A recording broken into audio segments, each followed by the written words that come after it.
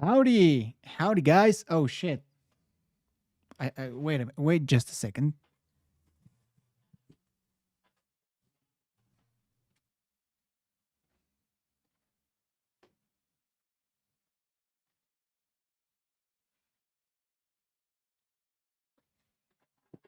There we go. I mean, my hair is just like shit right now, so I just wanted to wear a, baseball cap, whatever you call this in your country. And yeah, I should really need a haircut though. So I'm really excited. I've made a few changes to the way I stream. First of all, I wanted to just because I struggle a little bit with the content of the channel. Uh, I was actually like thinking about streaming every week, maybe even twice a week, and just do all the reactions that you guys suggest, plus the ones I like and I enjoy doing on stream, and then I could either record it or well, not record it. Sorry, like take the clips out of the stream, and then it's just easier. It's more engaging. Now I found a way. Let me show you. Found a way to have the chat on screen. So right now you guys can see the chat. I think it's better not only for the people who are watching the stream, but for the people who are also watching the VOD on YouTube. I think that's also really nice. And it just makes for a lot of a more engaging experience. So as you can see, I have the chat also closer to me, so I don't have to like look to the other end of the TV because I have a TV as my second monitor. But no, I have it now real close to me, so I just like do a little turn to see the chat. So that's nice. It's just little changes that I think are gonna make the experience better. So if you guys want to put something on the chat, you can totally do it. I think it's gonna be great. And we're gonna do a few reactions today. Honestly, I had just like 3 planned videos, but if you want to add a video on the chat,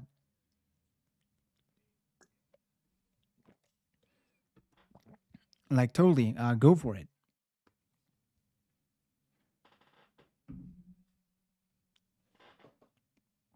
And yeah, I still have the thing that I have to look to the other screen, but no, no, no. Now chat is real close.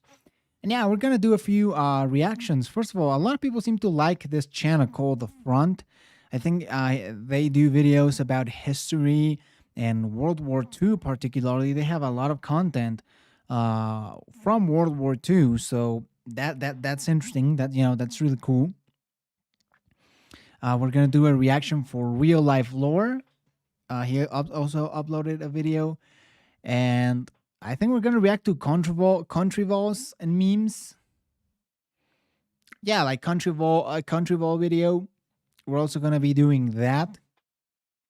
But yeah, let's just wait for a few people to join the stream. And why are you guys not testing the chat? Well, we just have one or two viewers. It depends really on how.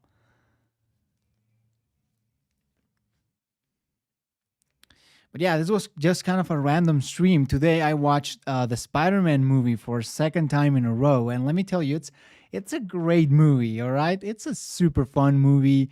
I had a blast. I don't want to spoil it for anyone, but it was just such a cool experience. And I'm not a huge fan of the Marvel MCU movies. I do like a few of them. I like Guardians of the Galaxy movies. I really enjoy those movies.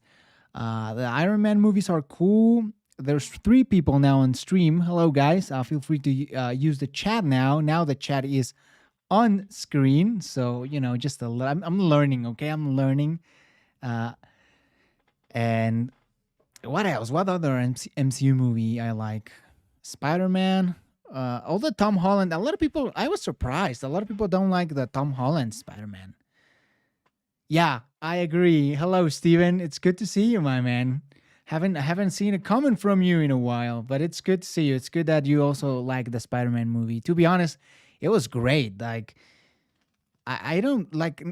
It's an experience. It's not about the movie. Like the whole theater, the whole movie theater was just hyped about this movie, and I went to see it on the premiere, and it was just amazing. Like the people were so hyped, so excited to see this movie. I was just really happy. Again, I don't want to get into spoilers for anyone who hasn't seen it yet, but if you haven't seen it, go watch it. It's worth every second of it. And I think it's like 2.5 hours, and time flies. Like the movie it's so good that time just literally flies. But it's amazing, legit.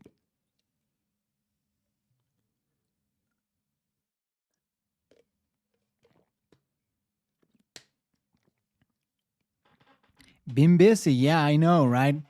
It's the end of the year. It's almost holidays. Right now it's the 22nd of December. Is it 22nd or where's my phone? It's the 22nd. Yeah, it's almost Christmas. Here in Mexico, the Christmas dinner is at the 24th, but I think Christmas Day it's the 25th. So, yeah, I hope you guys have a I don't know, I don't shit. I'm gonna go out for a few days, but I don't wanna. I have just like this trauma of leaving YouTube for a few months, because when I left YouTube for a few weeks, my channel just plummeted. The algorithm just screwed me over, and I have never recovered from that hit. So I don't want to leave a few days, but anyway. But yeah, hope you guys have a good Christmas, good holidays, New Year's Eve. Man, I really enjoy the view of this stream. I'm sorry, guys. I have to brag. All right, 4 likes on the stream. That's pretty cool.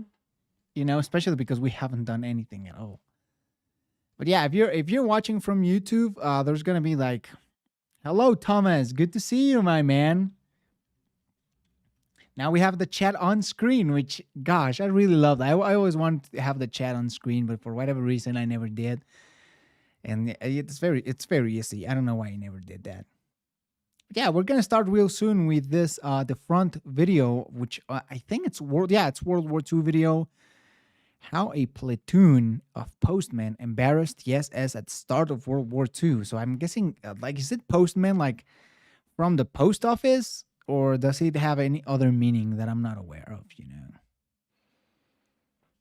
But yeah, either way, Spider-Man, cool ass movie. Go watch it. It's totally worth it. Tom Holland did an amazing job. The other actors did such an amazing job. You could tell that the people who made the Spider-Man movie cared.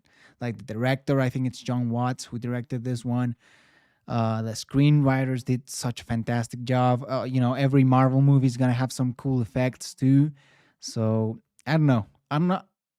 I'm really a fan of well-made movies. Which I guess everyone is.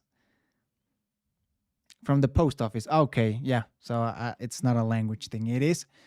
So that makes it even more interesting. Postman from the post office embarrassed the SS at the start of World War II, and I'm seeing here that this was from the city of Danzig. I hope I'm pronouncing that correctly. Uh, but yeah, very close to the German border, which is really interesting, or at least that German border. The old style German border. I know. The MCU secrets were such well kept, and even though I think I expected, I expected what happened in the movie, but still I was surprised because I was just like, no, man, they're not gonna do it. I mean, I want them to do it, but what if they don't? Everything points that they're gonna do it, but who knows? I don't know. It's just so amazing. I was really happy that I remember when Avengers Endgame came out, and a few days before it came out, something leaked. There were some leaks about this Iron Man funeral. Spoilers for Avengers Endgame. Uh, and yeah, that sucked. A lot of people knew that Iron Man was gonna die a few days before, and I was on Facebook when I used Facebook, and yeah, I spoiled. I got the whole ending spoiled. But yeah, it was amazing that they were actually kept. They actually kept the Spider-Man secrets. It was amazing. I think it's my favorite MCU movie, the new Spider-Man. I liked the first Spider-Man Tom Holland movie with Michael Keaton as the Vulture. That was an amazing movie. That was what got me into the Tom Holland Spider-Man.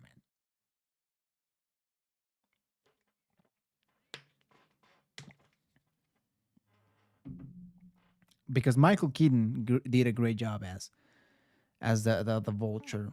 And again, I'm not a huge comics fans, but they did an amazing job. Anyways, what about if we start now, guys? Ragnarok was good also. Definitely better than the first Thor movies, which were kind of lame, really boring. Ragnarok was great. Guardians for me, hold such a special place in my heart because I love the Guardians of the Galaxy movies. And yeah, and then Avengers, of course, especially that Infinity War and Endgame. Anyway, enough Marvel talk. Let's do the reaction. How a platoon of postmen embarrassed the SS at the start of World War II. I think it's gonna be great. Thermopylae, Shirayama. Oh, gosh, man, I hate the fucking issues with the audio. And I just ate shit. I ate some like spicy ass tacos, and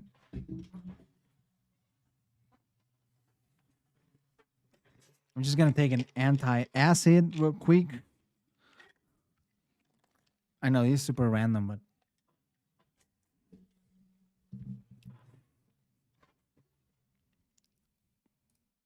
Long 10. okay. So volume is kind of high. History is full of truly epic last stands. The Second World War was no different and actually began with one of the strangest last stands in history. In this video, we tell the story of the postmen of the Danzig Polish post office and their bitter fight against the German onslaught.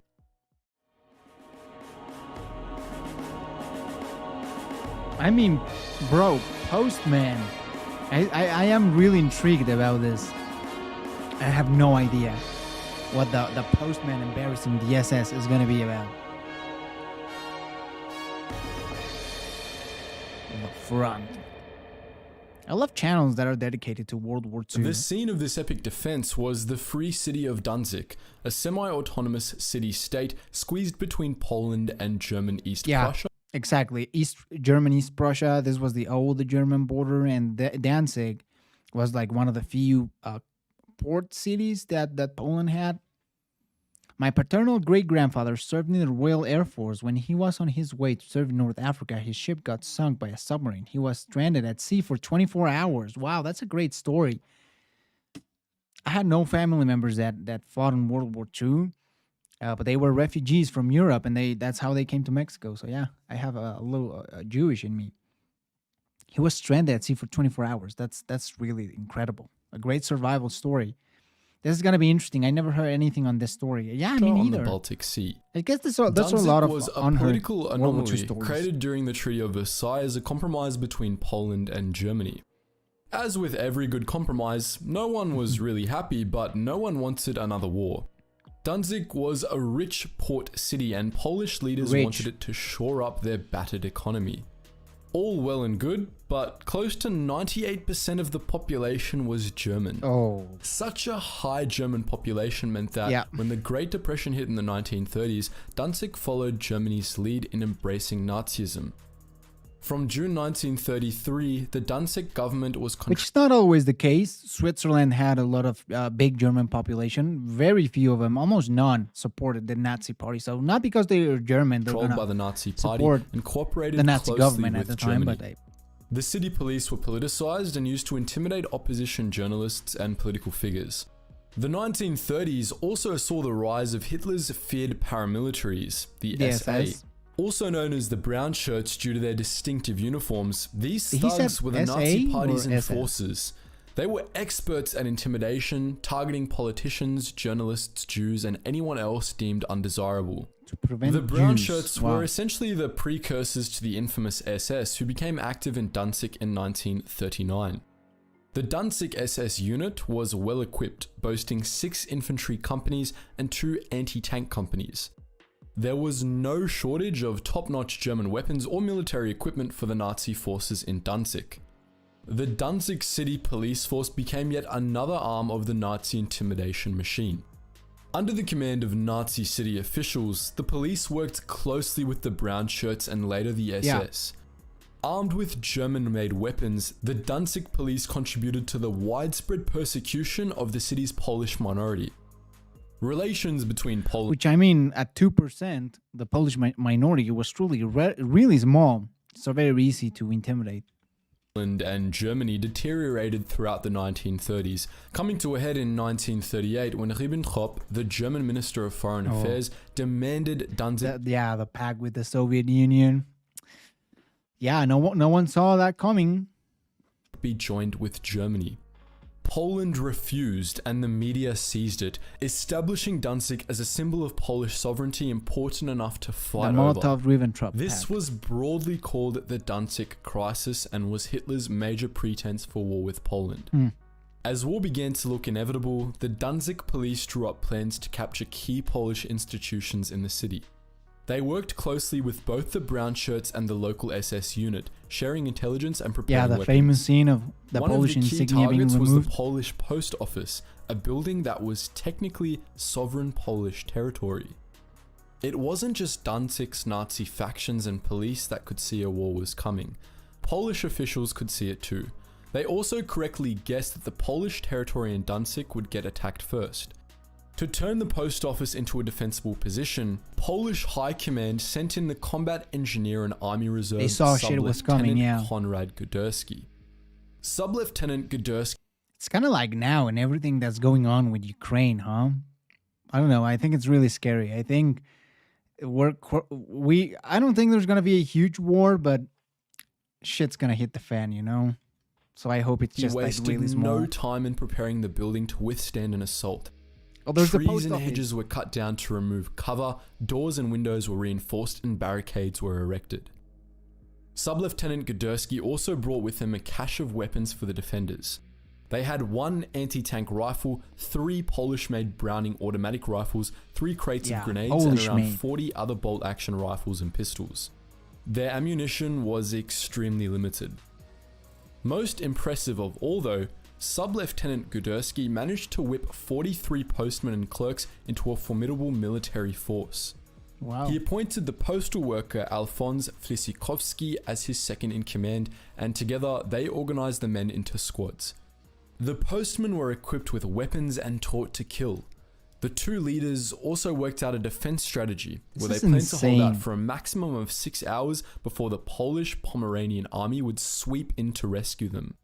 Other than the 43 armed and dangerous postmen, 13 Polish civilians were hiding out in the building, including the elderly. We have 2 potential huge wars possible. Makes me worried as fuck. Yeah, I know. Yeah, I've honestly never. It reminds me a little bit of Crimea, but it looks like now the U.S. and the European Union are ready. You know, I think they had sanctions on Russia, but there was no military intervention. And I think the European Union and the U.S. have made it very clear that if Russia enters Ukraine, stuff's gonna happen. Stuff's gonna go down. And I don't know what's your second one. Is it like China and Taiwan? That seems like a little bit less sensitive, but still, it's like a huge issue. You know. Caretaker, his wife, and their young daughter. But wow, By we're late talking about August, the post office was daughters a and fortress, and the caretakers. postmen were committed to I mean, defending just it. regular ass postmen, dude. The mighty naval guns of the German battleship SMS Schleswig-Holstein boomed over Danzig at 4:45 in the morning of China and September 1st, Taiwan, yeah, for sure, 1939. man. The ship was shelling a Polish army garrison in another part of the city, and the sound of her great guns was the signal to commence the attack on the post office. This was the opening salvo of the They Second really World wanted War. to take that post The office. police were the first to attack. Supported by an ADGZ heavy armored car and the local SS unit, the supposed peacekeepers of the city launched a frontal Oh assault. wow, I love that there's video of Simultaneously, this. a demolition charge blew out a large part of the building's outer wall. The attackers fought their way inside but were forced to retreat in the face of a grenade barrage and massed pistol fire from the determined postmen. 2 Germans were killed and 6 more were wounded in this first assault. Entering through the hole blown out of the wall, the Germans launched a second flanking assault. This was stopped when Sub-Lieutenant Guderski fragged himself and several attackers with his grenades. Wow. After the first 2 attacks, the Germans pulled back. Damn. Newspaper reporters and Danzig civilians had turned out. Yeah, I mean, I'm not an expert on war and like fighting and stuff, but if you are on a building, you have a really good defensive position, right? So it's gonna be hard to take you in, especially, it's over 40 people, which presumably I think he mentioned that had guns and stuff. No training, but they had guns, so it's not gonna be that easy to take on, especially like a To watch. smaller Some German had even been force. invited to witness an easy victory. It Yeah. wasn't going to plan. The champions of German nationalism were losing to a gang of Polish postmen. The time now was 11 o'clock, 6 hours after the attack had begun. Every hour the defenders held out was more embarrassment for the German commander. He borrowed 2 75mm field guns and a 105mm howitzer from the Wehrmacht and began shelling the building. Oof. With artillery support, the post office my was God. assaulted again. they. The postmen held the line. Oh. Pulling back, the Germans began Oh firing. my god, dude! They resisted artillery shots to a building. That's insane. A mortar in an attempt to dislodge the defenders. It was so badly the fuck? sighted, however, that shells started raining down all over the place, posing more of a threat to the To Germans, the Germans, than yeah, to the postmen. of course. Adopting a classic a tactic of double-edged medieval sword. siege warfare, the German commander decided to dig a sapping tunnel underneath the walls of the post office. He called a ceasefire and gave the postmen 2 hours to consider an offer This is of nuts, surrender yeah. while slowly undermining crazy, them from man. below. The sap was finished that afternoon, and at 5 o'clock that night, a massive explosion rocked the city. A 600-kilogram bomb had been detonated underneath the post office, bringing down the last of its defensive walls. Ooh. The Germans rushed in and captured the ground floor of the main building, but the Polish postal service wasn't done yet. The defenders They retreated into the weren't done. Holy shit! It took a bomb, artillery shots, and like literally the German military, like armored vehicles and stuff. Yeah, respect to these postmen, 100%. They defended not only their city, their people, but their post office. basement and dug in. Desperate to end the embarrassing fiasco, the Germans advanced into the basement and were cut down by the postmen. Yeah, the who leaders were are like, what the still fuck's holding going out. on? Wisely understanding that a basement full of 30-odd heavily armed and angry postmen is not somewhere you want to be, the German commander decided to burn the defenders out. Ooh. A railway car full of gasoline was requisitioned and the fire brigade pumped it into the basement. The fuel was ignited with the grenade blast and 5 of the defenders were rapidly burnt to death. Many more were wounded. It turns Jesus. out that fire is a postman's only weakness. Under the threat of being cooked alive in the basement, they finally surrendered. The postmen were let out under a white flag by Jan Mihon, the post office's director. Yeah, I mean, Jesus. It's not only about the fire, but the heat. It's literally, you're surrounded by fire and walls. You're literally gonna be cooked alive. It must be pretty horrible. But yeah, that's what happens when people have a reason to fight. Furious They at fight being like hell. humiliated by a gang of postmen, the Germans shot Mihon dead. Oh, The postmaster, Józef Schwaszik, was then burned alive with a flamethrower. oh my God. 5 of the burned postmen died in Jesus. hospital, along with the caretaker's 10-year-old daughter, who was Oh. forced into the gasoline-filled basement with the defenders. 10 more defenders received medical treatment before being locked up with the others in a makeshift prison. On the 8th of September, the first half of the postmen were tried in a kangaroo court. Real. As civilians who had taken up arms, the Nazis convicted them as illegal combatants and bandits. They were sentenced to death. Their comrades in hospital received the same sentence just a few days later. I wonder if the postmen were executed in September by firing squad, but 4 managed to escape from the prison and survive the war in hiding. Whoa. Even by SS standards, these sentences were harsh. Born out of revenge, they reflect the German embarrassment. Yeah, burned alive, firing squads. That's pretty harsh. And you know, it's horrible, but hey, force survived. I wonder having taken so long and resorting to such underhanded means to capture like any of them wrote a book office. or something. The final tally shows the postmen defended their post for 19 hours against a combined force of over 180 Germans. Wow. Equipped, mind you, with artillery and armored cars. And a bomb. Holy shit. 180 Germans. He mentioned like around 45 postmen. With no training, just guns.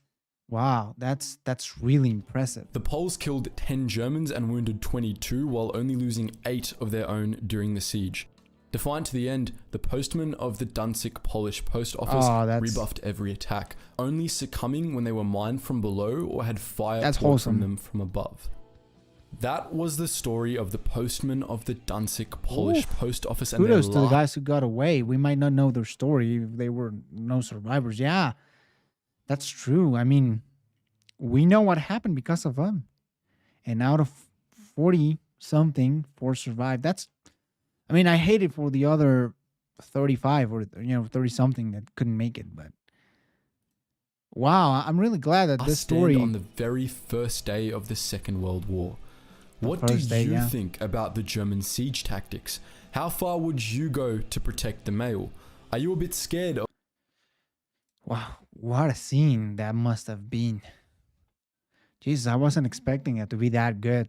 It was really good. I mean, it was a great story. One of those World War II stories that, I don't know, I personally love to hear. I love to hear the story about survivors. I personally, World War II is like my favorite historical event. Well, probably one of the most favorite. But Jesus, that was insane, bro. That was super cool. Let me look for the next video. It's from Real Life Lore. Let me drink some water.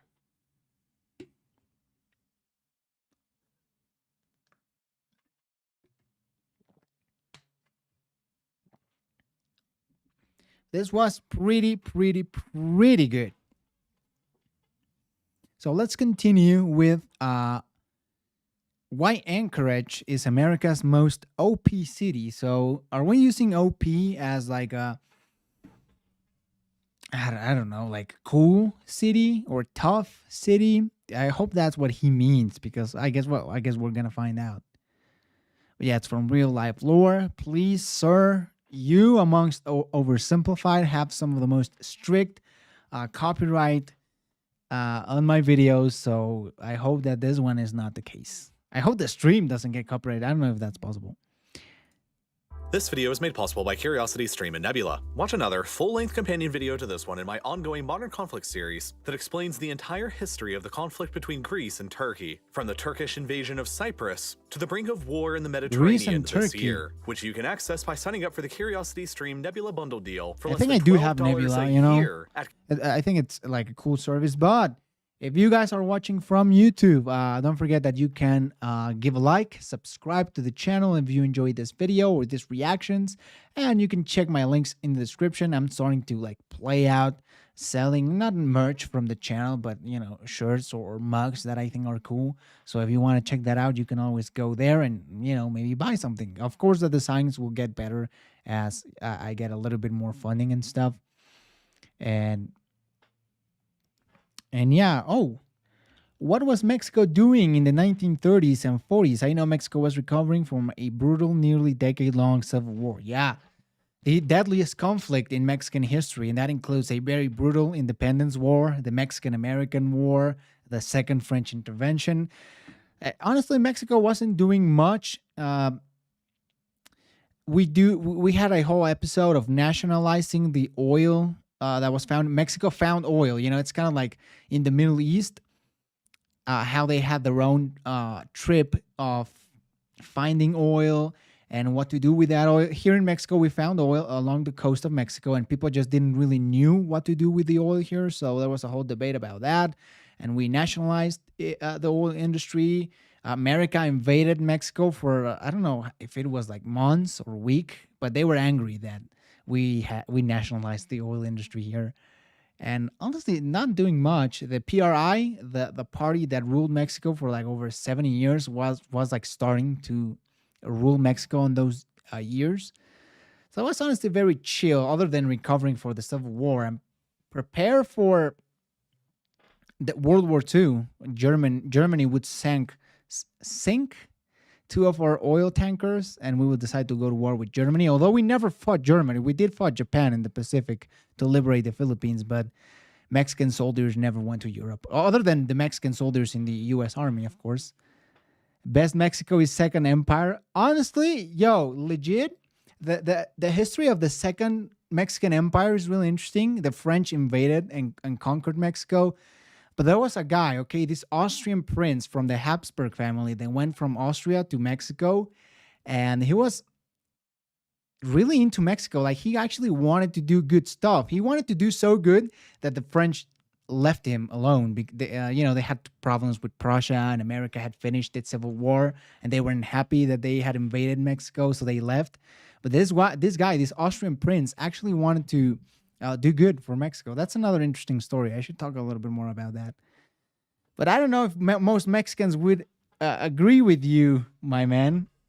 CuriosityStream.com At least I /real life kinda do. lore. In 1935, while speaking to the United States Congress, and just 1 year before his own death, U.S. General Billy Mitchell, father of the U.S. Air Force, stated, "I believe that in the future, Maximilian of whoever holds Habsburg. Alaska will hold the world. I think it is the most important strategic location in the entire world." Billy Mitchell was a man who was decades, and in some cases even centuries, ahead of his own time. Because today, nearly a century later after his statements to Congress were made, Alaska is quickly becoming America's most valuable possession, and her most strategically well-placed territory. Which is all pretty Really? historically.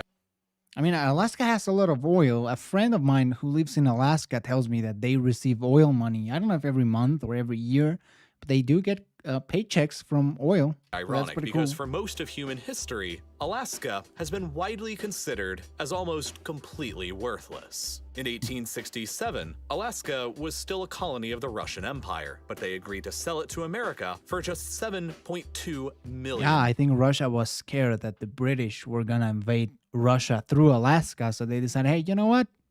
We have a lot of territory already, so let's just sell this to America. Which is still only a ridiculous $111 million Wow. when adjusted for inflation today. Oh my God. Imagine buying Alaska for $100 million. That's insane. There are houses in Los Angeles that cost more than that.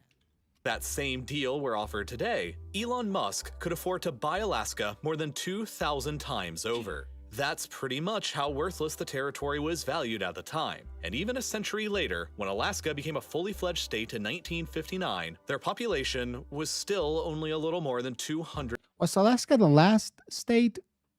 It was either Alaska or Hawaii. people, and all in a state that is larger than Texas, California, and Montana all combined. Jesus and then, Christ. even today, there's still only about 730,000 people who call the state home. 3 and electoral 40% of votes. them all just live in Anchorage right here. Anchorage may have a population that's smaller than 3 different neighborhoods in New York City, but regardless, it's also become America's most strategically well-placed city. And here Oh my God. Sorry about my dogs. Hey. All right. Little pause. I'm going to get them out.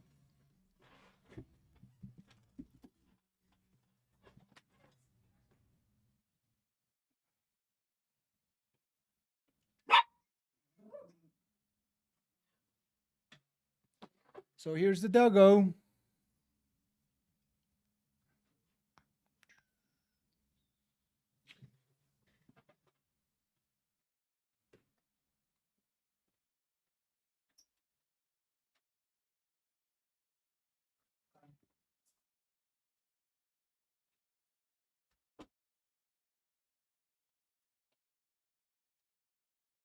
Jesus Christ, Chihuahuas are so loud.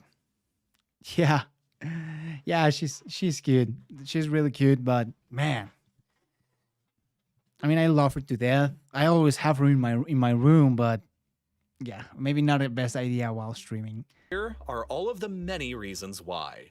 Until the 20th century, Anchorage and Alaska were located in a very far-flung and remote part of the world, seemingly far away and isolated from the rest of civilization. But all of that changed with the advent of aviation, airplanes, the Cold War, and the economic rise of Asia. Throughout the mid and late 20th century, the most efficient and direct way possible for a jet traveling from a European airport like Paris to an East Asian airport like Tokyo would be to fly directly northeast across Siberia. The only problem during the Cold War was that Siberia was a part of the Soviet Union, and the monolithic USSR was denying their entire airspace to most Western-based airlines. This created a significant geographic problem, because the Soviet Union covered about 1/7 of all the land on the planet, and was only slightly smaller than the entirety of North America. Western airlines were effectively blocked from flying over this continent-sized area in between Europe and Asia, and so they had to develop another way to connect Europe and East Asia with flights. The perfect solution turned out to be the airport at Anchorage, Alaska.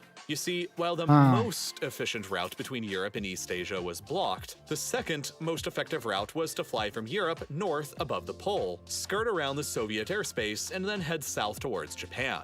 The only problem with this option was that no plane at the time had the range to do this long of a flight continuously on a single tank of fuel. So they would land on Alaska. A refueling stop had to be added somewhere, and the only city of any significant size nearby to this whole route was, of course, Anchorage. And so, this small city of only 250,000 people at the edge of America's final frontier came to be called the crossroads of the world, seeing international air traffic that rivaled the likes of Chicago and even Los Angeles. Wow. There were flights coming in from places as diverse and far away as Paris, London, Amsterdam, Copenhagen, Hamburg, New York, Sao Paulo, Mumbai, Seoul, and Tokyo. And the airport was suddenly making Anchorage incredibly influential and wealthy. But Anchorage's geographic advantages in this situation were unique and politically motivated by external factors, and they wouldn't last forever. In 1989, with the Cold War beginning to come to a close, the Soviets finally opened up their airspace to the west, while at the same time, longer-range aircraft were being developed that could actually fly the entire distance between Europe and Asia in a single go.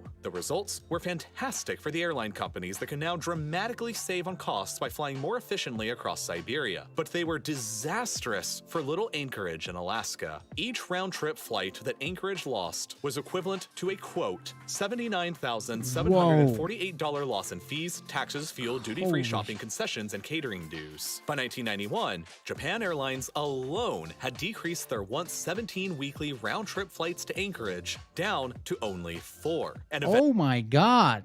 I've never been to Alaska. I really want to go because for me, I love the cold weather. I love like forests. And it's just like a very interesting place. Like, I don't know. It's just very mysterious for me because I've never been close to Alaska. So I don't know. Eventually halted their service entirely, followed shortly thereafter by Lufthansa, Air France, British Airways, and many others. All of them, Today, there are only 2 direct international passenger flights from Anchorage remaining, and they're both only seasonal, to Frankfurt in Germany and to Petropavlovsk-Kamchatsky in Russia. And yet, despite that, the Anchorage airport still remains the 3rd busiest airport in the entire United States. Cargo? Because it isn't people who are moving through Anchorage anymore. It's cargo. Yeah. You see, when flying bulky cargo on an airline, you really only have 2 choices to make. You can either carry more fuel and less cargo, which increases your range but decreases per flight revenue, or you can carry more cargo but less fuel, which obviously reduces your range but increases Alaska really dodged a bullet with that one. Per flight revenue. And because of its geography, Anchorage Airport is one of the few locations in the world where the latter option, sacrificing fuel in order to carry more cargo, actually works very effectively. exactly. You see, Anchorage is located nearly precisely at the center between New York City and Tokyo. And this means that, even further, I wonder if he's gonna talk about the Arctic maritime routes, because of course that's becoming huge as the globe is warming.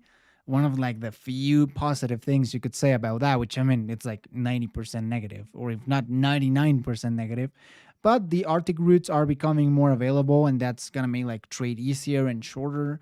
And Alaska is has a part of the Arctic Ocean, so Anchorage, at nearly the top of the world, is located within a relatively short 9.5-hour flight of about 90% of the entire developed world beneath it. Honolulu, Vancouver, San Francisco, and LA are each less than 6 hours away. New York, Mexico City, and Tokyo are all less than 7. Beijing, Shanghai, Hong Kong, and Seoul are all less than 8, while London, Frankfurt, and Moscow are all less than 9. The entirety of the US, Japan, South Korea, and most of China and Europe are all within reach of just a 9.5-hour flight. No other major airport on the entire planet is within such close range of this many other major cities within the industrialized world. And it's precisely because of this location why cargo carriers continue using Anchorage as a stopover point to refuel. Because when they do, planes can depart from airports across Asia with heavily reduced fuel loads, but with dramatically more cargo loads. With a reduced range, they can't make it all the way over to North America in a continuous go. So they stop over in Anchorage first, refuel, and then continue on from there with their higher cargo loads to airports across the United States and Canada. By using this strategy, air freight carriers can essentially have their cake and eat it too. By connecting planes with higher loads of cargo from Asia, the world's largest manufacturing hub, to anywhere in North America, the world's largest consumer market. This strategy enables many planes to carry an extra 100,000 pounds of cargo than they otherwise would be capable of to the North American continent. That's a lot. And extrapolated out to $1 in revenue per pound, 5 flights a day, 6 days a week, and 52 weeks a year. That's potentially more than $150 million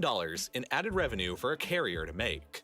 This is why in the years following the end of international passenger travel following the end of the Cold War, both FedEx and UPS opened up major international cargo shipping hubs in Anchorage after the city's geographic potential was realized. And this is all why, still today, the Anchorage airport is overall the 4th busiest airport in the entire world and the 2nd busiest in the United States as measured by What's the first one? I think it was Atlanta, which I don't know why. Like it makes sense that either New York or LAX would be the first ones because there's more people there and more travel, I would imagine. But yeah, apparently it's Anchorage. Well, second. The first one I think it's Atlanta. With nearly 500 wide-body cargo plane landings every single week of the year on average. And then, sometimes, it even becomes the absolute #1 busiest airport in the world. On the 25th of April 2020, as the COVID-19 pandemic was first sweeping the world, passenger air traffic across the world plummeted everywhere by more than 90%. But at the same time that was all going on, cargo air traffic wasn't anywhere nearly as hindered, and most cargo flights were still allowed to operate as usual. And thus, on the 25th of April 2020, the Anchorage airport saw more air traffic coming from cargo planes between Asia and North America than any other airport in the world saw, and was the busiest airport in the world for a single day. And the importance of Anchorage as an international cargo hub is only going to continue growing faster and faster throughout the 21st century. As fate would have it, the COVID-19 pandemic proved to be yet another boon for Anchorage's geostrategic location. As the demand in the Americas for supplies from Asia increased, many more cargo flights found their way to Anchorage in order to satisfy it, resulting in a massive 16% increase in cargo that was transported through the airport in 2020 as compared to 2019. And as Asia continues to rise in economic prominence, so too will Anchorage's position. But especially interesting for the future of Anchorage is a country that's almost on the opposite side of the world: India. As India develops and grows more advanced and wealthier across the 21st century, the demand for travel between India and America will only continue growing stronger and stronger, and as it stands now, there are several routes between the two that are not direct. For example, there currently aren't any direct flights between New Delhi and Los Angeles, or between Mumbai and San Francisco. Instead, these routes use layover stops along the way in foreign countries like Tokyo, Dubai, Doha, or London, and then continue on to LA or San Francisco from there. In a bid— Yeah, India is far. There's very few Mexicans that actually go and visit India because it's just like so far. To bring back passenger air travel to the airport, Anchorage has made proposals for these routes to establish one-stop layovers in Anchorage in order to avoid connections in a foreign third-party country from having to be made. Time will ultimately tell when passengers will finally begin arriving in Anchorage again. But it's not just traditional transportation routes that are pushing Alaska and Anchorage to the forefront of global importance. Global climate change is arguably playing an even larger role. I knew this. Of course, our planet is getting warmer, and while that's affecting the entire world in one way or another, it's affecting... This is a stream, my friend, and thank you for joining us. The region around the Arctic the most. For pretty much the entirety of human history, the Arctic Ocean in between Eurasia and North America has been permanently covered by ice year-round, which has always meant that navigation by ship across it has been basically impossible. Yeah, and talking about tensions with Europe and the US and Russia, I was gonna say the USSR, but it's mad how next year it will be 2 years since the virus went global. I know. Oh, 2 years. It's insane how our lives have changed. But talking about tensions between Russia and the West, or Russia and the US, I think this whole Arctic situation is going to make things worse in the future. So if we don't go to war with Russia because of Ukraine, this is going to be an issue. But the times are certainly changing. Already, temperatures in the Arctic have reached their highest levels in at least the past 4,000 years. Multiple reports from the Intergovernmental Panel on Climate Change and the U.S. National Climate Assessment project that the Arctic Ocean will be almost entirely free of ice during the summers by the middle of this century, less than 30 years from now, while many others project it happening even earlier by the 2030s. Regardless of when, it will eventually become a new geographic reality within all of our lifetimes, that during the summer months between July and August, the Arctic will be a blue ocean. And whenever it's like that, Alaska will skyrocket in global importance. There are two key trade routes that flow across the Arctic. The Northern Sea Route that runs... Didn't Canada... The other day I was reading something that actually Canada and the US were having issues about where is the maritime border being drawn, something about fees, between oceans. It's a complicated issue. So if Canada and the US are having issues over this, imagine like the US and Russia. Runs along the northern edge of Russia, and the Northwest Passage, which runs along the northern edge of Canada and Alaska. Right now, both of these trade routes are hardly usable because they're still covered by ice for most of the year. But as the ice continues to retreat more every year, they will completely change the game. Yeah, Alaska's truly a wonder of nature. It's beautiful. I mean, you see the documentaries, the photos. It's truly a wonder of international shipping and irrevocably alter the way that our goods travel across the world. Right now, if you want to ship something from the largest port in Europe, Rotterdam, to either Vancouver or Seattle, the most efficient route will take your goods by ship across the Atlantic, through the Panama Canal, and then up the Pacific for a total length of 8,850 nautical miles. However, were the Northwest Passage to be utilized instead, the distance would all of a sudden only become 6,950 nautical miles, a reduction of nearly 2,000 miles, which will save days, if not weeks, in time, and money. Tens, if not hundreds of thousands of dollars in money. Similarly, when goods are shipped between Rotterdam and Yokohama, Japan, today, ships have to travel along a route through the Strait of Gibraltar, the Mediterranean, the Suez Canal, the Red Sea, and then across the Indian Ocean through the Strait of Malacca, and then up the Pacific Ocean for a total journey of 12,730 nautical miles. But if the same ships simply utilize the Northern Sea Route along Russia, their distance traveled would be dramatically reduced to only 5,750 miles, cutting out more than 7,000 miles of distance and 19 days of travel time. Essentially, by using either the Northern Sea Route or the Northwest Passage, cargo ships moving between the countries of Europe and the East Asian markets of China, Korea, and Japan would save around 20 days of travel time on average, and save incredible amounts of money through the process. And it's already happening too. In 2013, a Danish coal carrier became the first large sea freighter. It will be interesting seeing what happens in the Winter Olympics. Yeah, totally, I agree.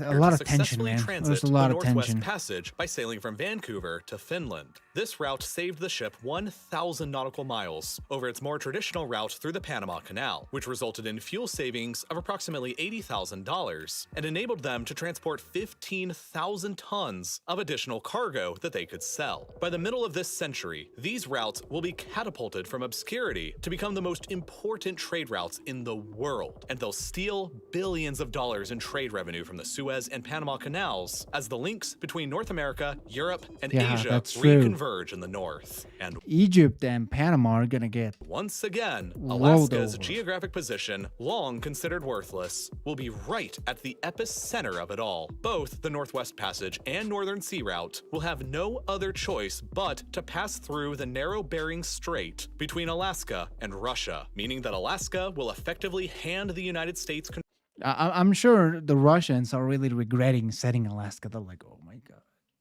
Yeah, probably not. Because imagine if Russia still owned Alaska, they would own the trade routes. control over one of the late 21st century's most significant maritime choke points that will rival even the Strait of Hormuz in the Middle East. Because just like that strait, the area around the Bering Strait Oil. is absolutely chock full of valuable resources like oil and natural gas. It's believed that within these basins across the Arctic Circle, there may exist as much as 13% of all the world's remaining undiscovered oil, along with 30% of all the world's natural gas. And all within Shit. easy reach from the United States by way of Alaska, Denmark, and the European Union by way of Greenland, along with Canada, Norway, and Russia.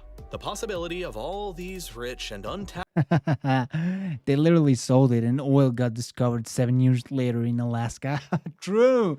Oh my God, imagine how bad they felt. resources here is leading to controversy and tensions, and once again, Alaska will play the most critical role in America's overall defense strategy of the 21st century. America already has dozens of bases scattered across the Pacific Ocean in Hawaii, Guam, Japan, South Korea, and more, but like I mentioned earlier, Alaska is closer to most of America's rivals than anywhere else on the planet. It only takes a few hours for missiles or planes to move between Alaska on one side and Moscow, Beijing, or Pyongyang over on the other. But it goes both ways. In the event that, say, North Korea ever fires a nuclear missile at the US mainland, the most efficient route that missile will take will inevitably take it right nearby Alaska, which gives the US military an incredibly valuable opportunity to intercept it To there shut it first down. before it strikes a bigger city down in the mainland. And because of that, the US military has placed its largest ground-based anti-ballistic missile defense complex here at Fort Greely. In total, there are 9 US military bases across Alaska, but they're not the only bases America possesses that are adjacent to or within the Arctic. There's also a 10th base called Thule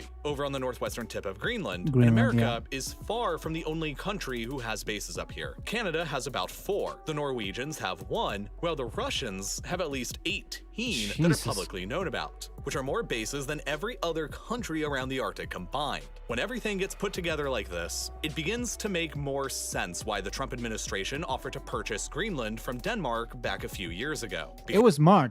I mean, I don't like Donald Trump at all. But hey, buying Greenland, I know it was some sort of like joke or meme, but I really thought it was a smart move. All the oil is there because of prehistoric plankton filled the ocean. Yeah, shout out to Trump for trying to purchase Greenland 3 years ago. I know a lot of people laughed about it, but I was like, damn, like that is actually kind of smart. Like buying Alaska. Because, Sorry, well, not if Alaska, they did, Greenland. They would control territory on both sides of the Northwest Passage Yeah. and leave Canada in the middle. You see, America and Canada have a bit of a disagreement over the status of the waters Yeah, this is between what the I was islands talking of Canada's about. Yeah. archipelago that the Northwest Passage has to pass through. Canada claims these waters to be internal Canadian waters, meaning that they can legally close them down to anyone they want at any time Yeah. and for any reason, which would basically give them a monopoly control over the Northwest Passage. Meanwhile, the United States argues that these waters are part of an international strait, which would mean that all ships from all countries would maintain the right of transit, eroding Canada's potential monopoly over what could become, Damn. in just a few decades, one of the most valuable and lucrative trade routes. Canada and America getting some business, huh? And guys, we have 9 viewers. Thank you all so much for watching. And for the people who are going to later watch the video on YouTube, I just want to tell you that if you like the video, You can give it a like, subscribe, and check the links in the description. I am selling not merch from the channel, but I'm having few merch ideas. So you can check it out on the links. It's cool.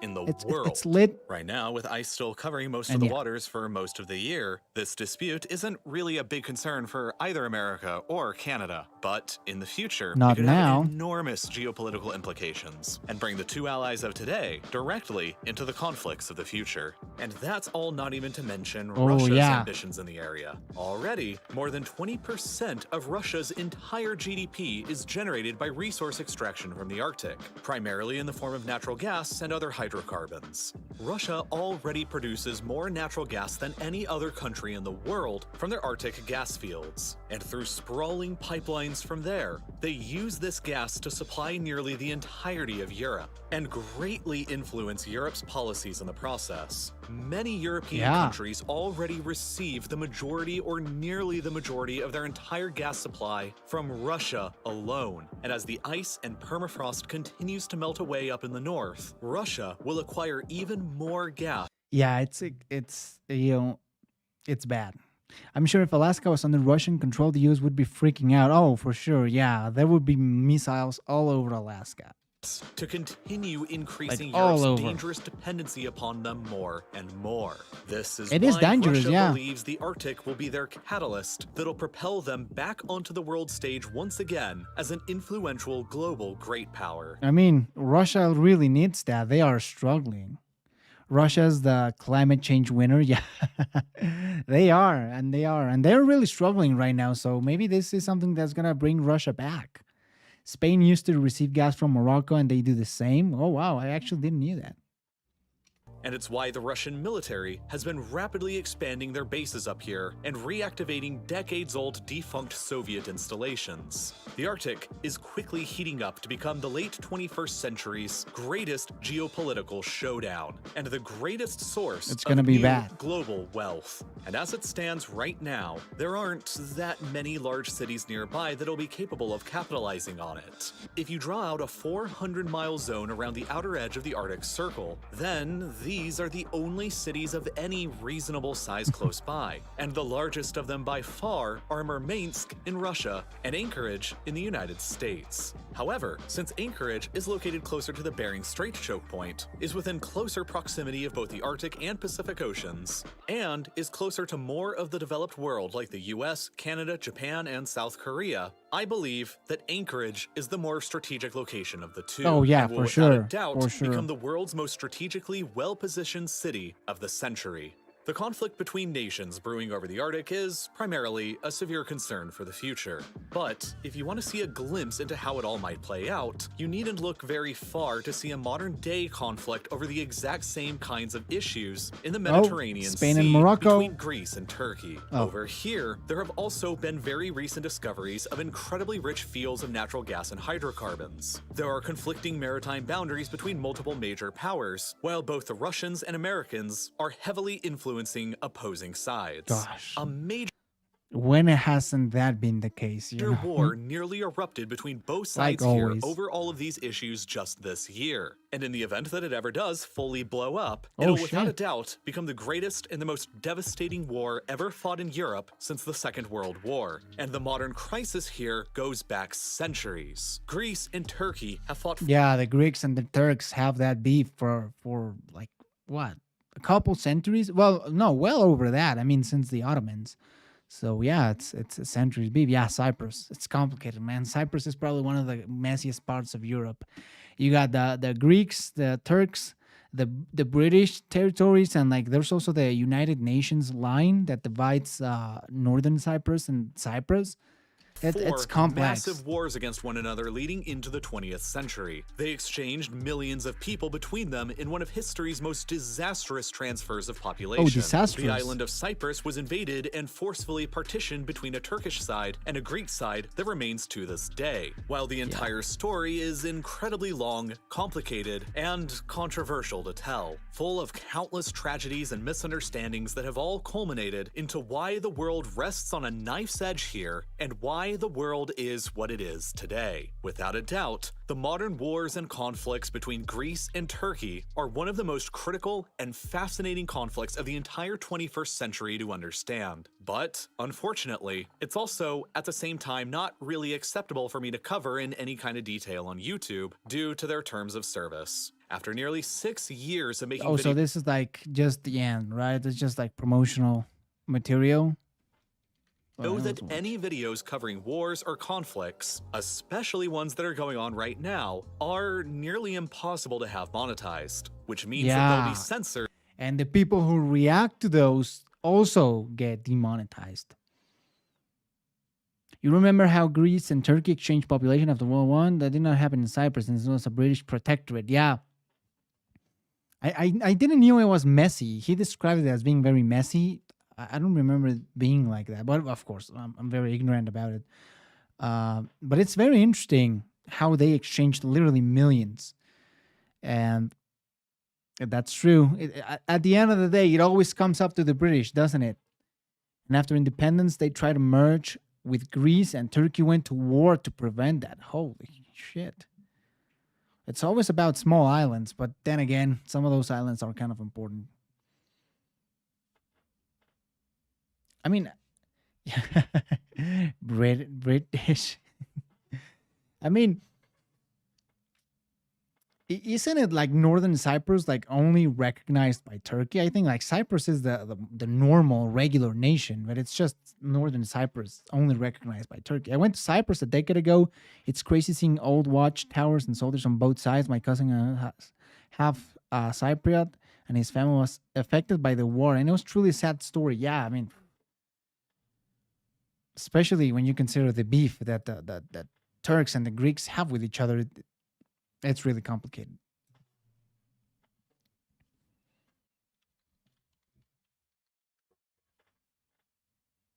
It's messy, isn't it? I wanted to watch this video. No. Well, let me adjust the volume.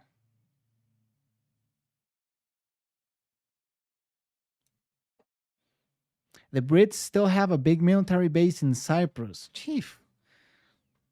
I guess it's a very strategic location, especially because what's the strait in Egypt? Gosh, I forgot.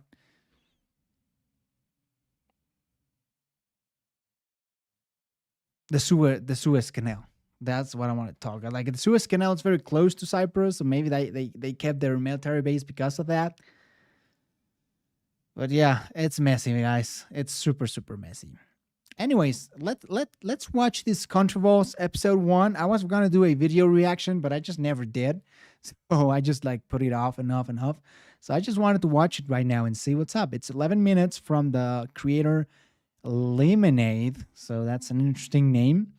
And let's go. If you're watching from YouTube, then I'll have the episode. One join? No. One join? No. Hey, EU, we can join. Talking about Turkey. Please do not be dancing too long, so do are being nude. Opo nawatu. No, never before seen Greek ruins. Entry 25 euro. Step right up. Do you see them? They are the common rabble of Europe. Some of them don't even speak English. Worst of all, they all look alike. How can they possibly expect me to tell them apart? I scoff at their lack of originality. Oh,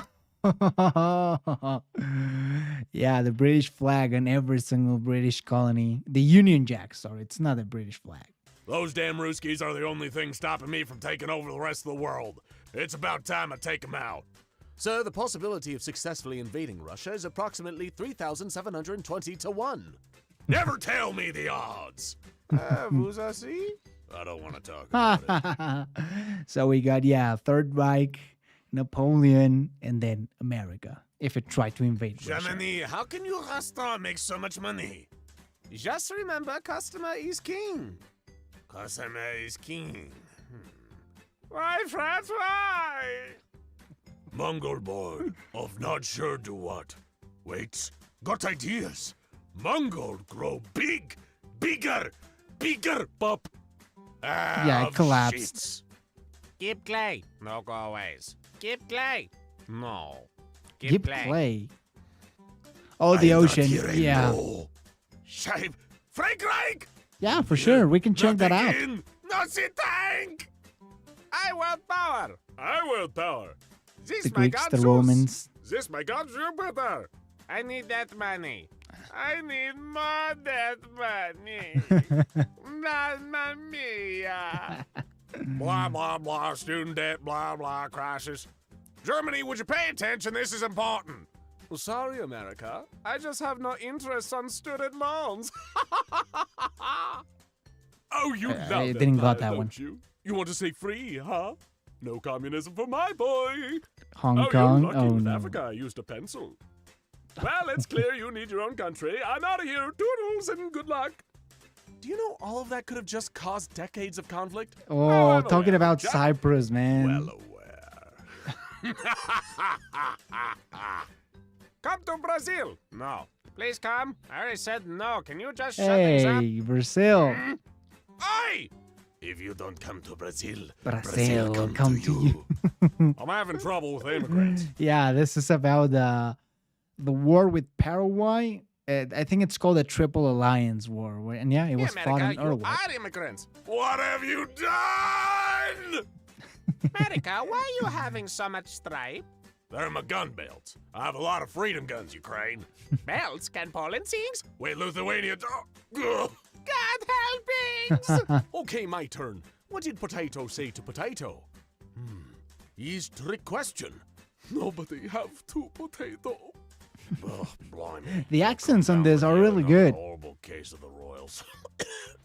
Morning, Franz. Might I be amiss to ask? I do remember that you once had a case of the royals. If I may ask, how did you cure it? Oh, Well, guillotines. Yeah. old family tradition. I hate you. J'aime hate toi. A tradition of creating republics. Stupid baguette. I hate him so much. I don't want to see him again. I'm not going to use a single baguette loanword. None. Oh. Oh, my God. You're a pretty swell guy, Japan. What the fuck? Hello, Mr. France. What a nice day to meet, isn't it? Japan. So, have you decided if you're going to sell that little boy to me? Trust me, I'll take good Louisiana. care of him. A very sorry, America, but j'ai already decided long time ago. The answer is of no. Je will not sell mon lovely son. Fine, then you have that worthless wasteland idiot. Thanks, Mama. Je love you. Je love you too, Louisiana. Louisiana. Mon lovely Louisiana. Louisiana. Wait a minute. Mama, what is wrong? America, come back. Louis, Mama?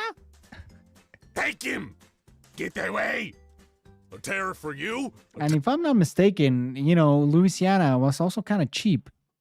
Could you check out Nuchi documentary Rise of Yeah, for sure. We're gonna check more videos out. Tariff for you.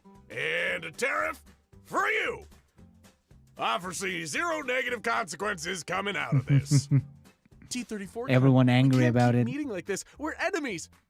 Tiger Nichan, I love you. No, T-34 can't stop. We can't do this. Clank. I blame America for this. I'm not saying that line. I'm not saying that line. Hello there, I'd like a double. Monsieur, this is Quebec. Speak French, s'il vous plaît. Must preserve the Frank language. Oh, right. Okay. J'ai more la café doorbell avec la donut I do imagine things being like this in Quebec. avec chocolate. Tabarnate canasi! What the fuck? And in the end, you are mucho ton mon bel language, man! You said no, Anglo swine! Tabarnak, you rotten Anglo pig stink of mad and gully Oh my you God. will suppress of great Holy shit. Later. You came back. Anglo eh? swine. Finally ready to Holy learn the shit. native Quebec language? Something, double, something. Merde. Greenland, what's wrong, eh? I'm depressed. No see Singapore. the purpose in life. I must be hard living such a pointless life. This is a bad joke. Weimar Germany, 1923. It is kind of a Venezuela, bad joke. 2017. Zimbabwe, 2007 to 2009. I can't believe other countries think that printing money is still good. I mean, come on, man. Oh, It's not a good fiscal idea to do that. While others are wasting paper to print money, I'm making money out of thin air. yeah, that would age not particularly well, especially now. Polska maybe 7% cannot into inflation. Space, but Polska can certainly into the harsh, untamed frontier of Antarctica. Oh. Sad.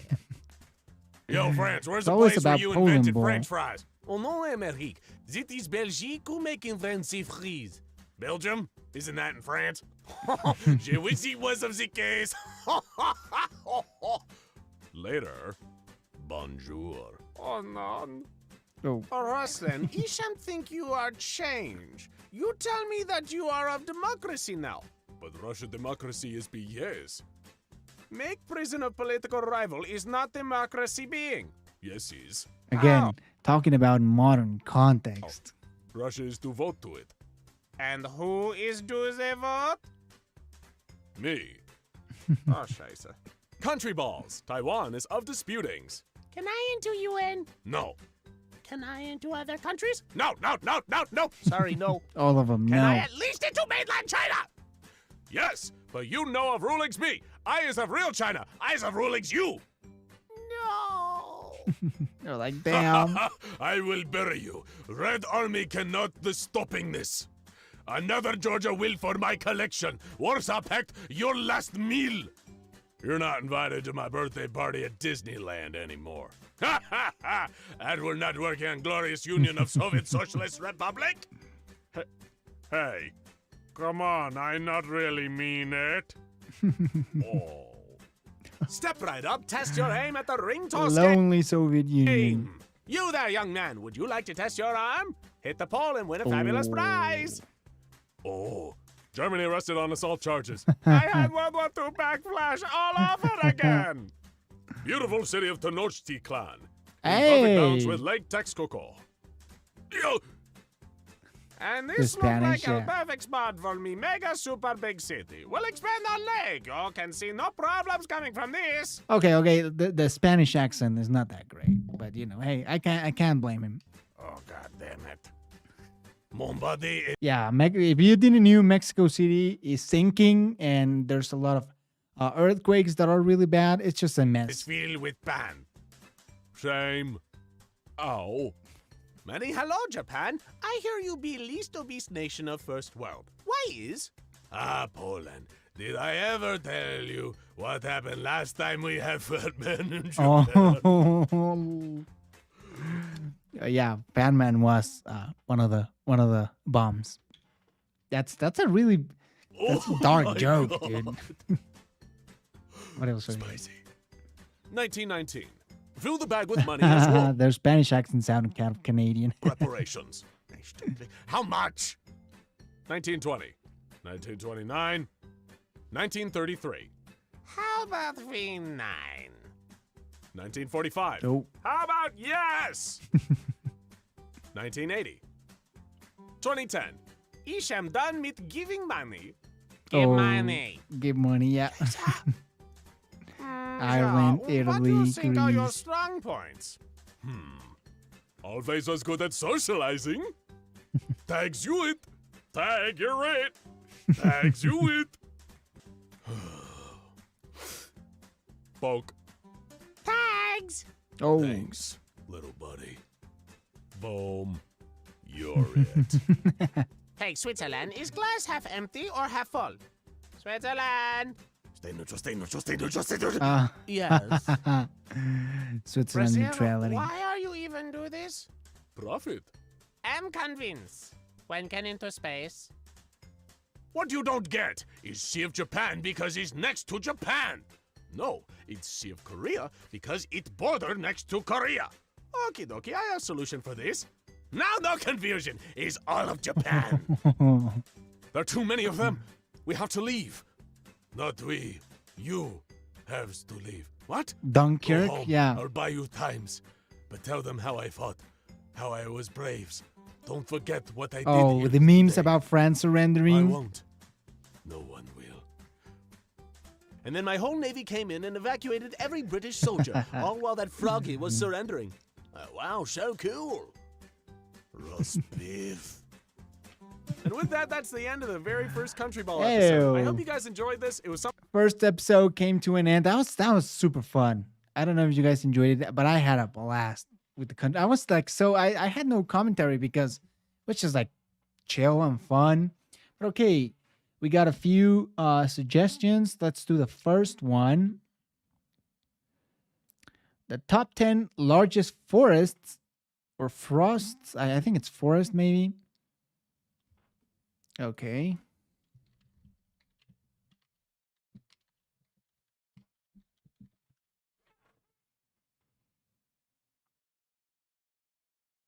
The 10 largest forests on Earth. Ooh, looks like an interesting video. Okay, let me take just a little break of.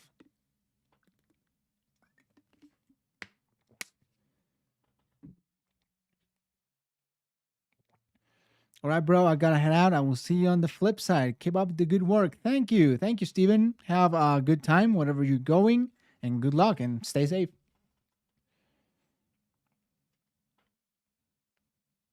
I just gotta do something real quick. All right.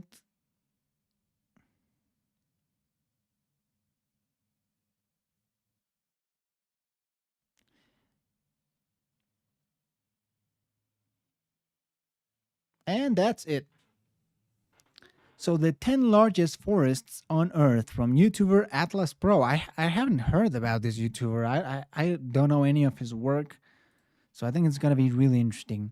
And if you're watching from YouTube, don't forget that you can like the video. You can also check out for the streams. You can subscribe, and you can also support me by checking the links on the description. There's a link for Patreon, which I'm not entirely sure what to do with Patreon, but I'm sure I'll find something. And I'm also starting to sell merch, not merch from me or the channel, but I'm trying to do some designs. Yeah, I'll go check them out. They're kind of interesting. Forest. Covering 20% of all land on Earth, they are by far the dominant terrestrial biome on the planet, with the majority of both plant and animal species residing within forested areas. Forests create highly productive lands with diverse ecosystems and help to stabilize our climate by producing oxygen and sequestering carbon dioxide.